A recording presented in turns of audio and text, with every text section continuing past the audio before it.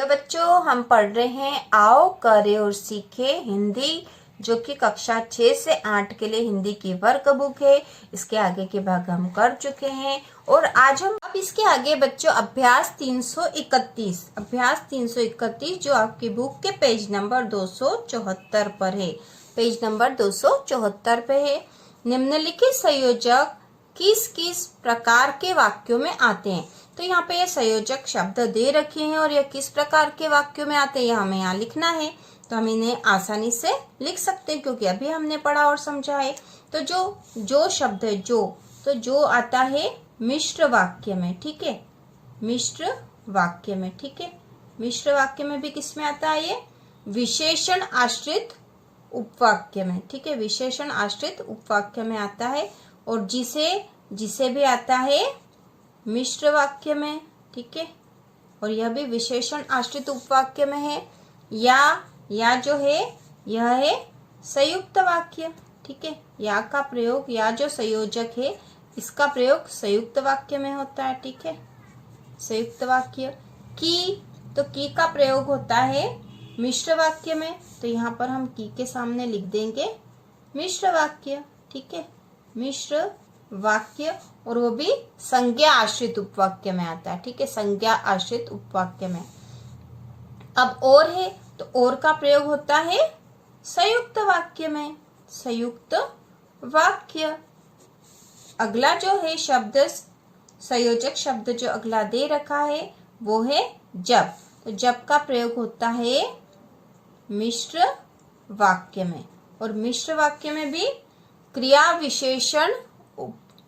विशेषण आश्रित उपवाक्य में होता है, ठीक है बच्चों। अगला है जैसा। तो जैसा का प्रयोग भी मिश्र वाक्य में होता है, मिश्र वाक्य में, और वह भी क्रिया विशेषण आश्रित उपवाक्य में।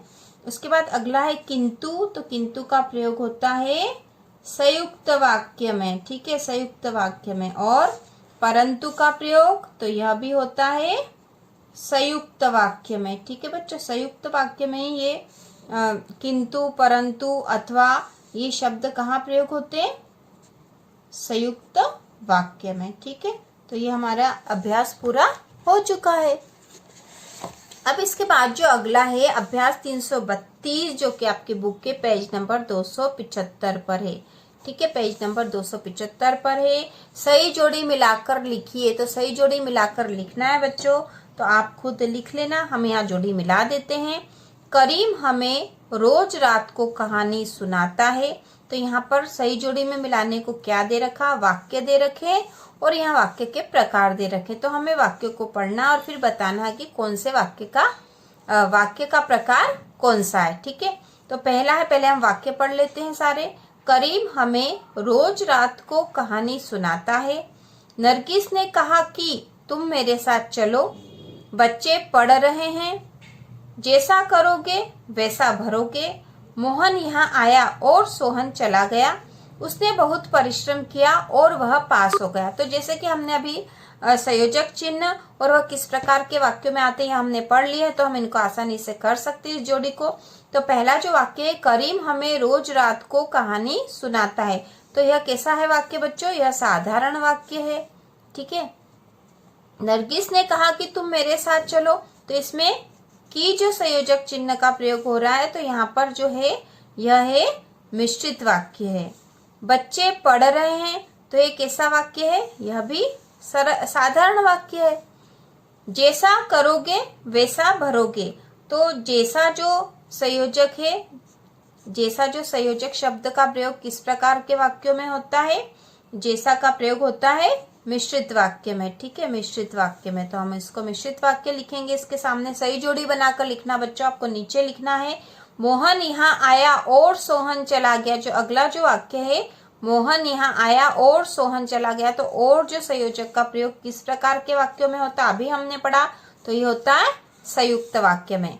उसने बहुत परिश्रम किया और वह पास हो गया। तो ये भी कैसा वाक्य है? संयुक्त वाक्य, क्योंकि और का प्रयोग संयुक्त वाक्य में होता है। और जैसा जो संयोजक है और की जो संयोजक है उसका प्रयोग मिश्रित वाक्य में होता है।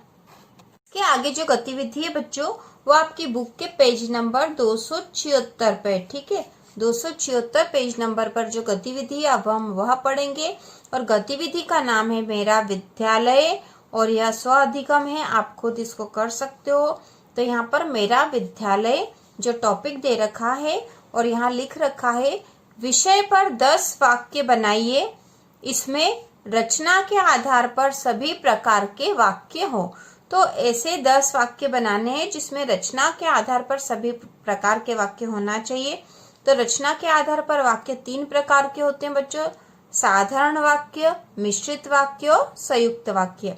तो यहाँ पर हमने कुछ वाक्य बनाए हैं जिसमें कि तीनों प्रकार के वाक्य है रचना के आधार पर, और आप इसको अपने मन से बना सकते हो, ठीक है। आपको सोच के लिख सकते हो अपने विद्यालय के बारे में, जिसमें आप और कुछ नई जानकारी भी लिख सकते हो। और आपको ये ध्यान रखना है कि उसमें रचना के आधार पर तीनों प्रकार के वाक्य होना चाहिए। तो हमने जो बनाया है वो पहला है यह मेरा विद्यालय है, यह मेरा विद्यालय है, जो कि साधारण वाक्य है। मैं और मेरा मित्र रोज विद्यालय जाते हैं। तो यहाँ पर मैं और मेरा मित्र रोज विद्यालय जाते हैं, तो यह है संयुक्त वाक्य।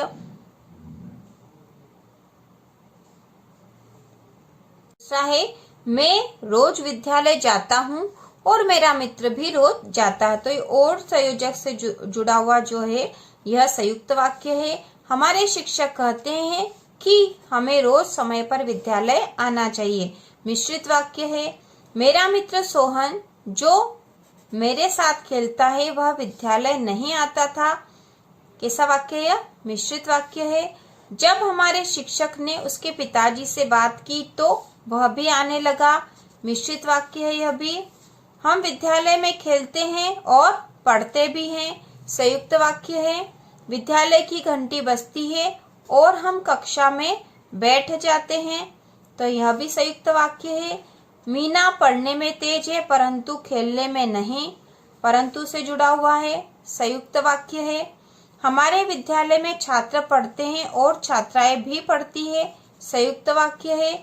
हमें हमारा विद्यालय बहुत अच्छा लगता है, साधारण वाक्य है।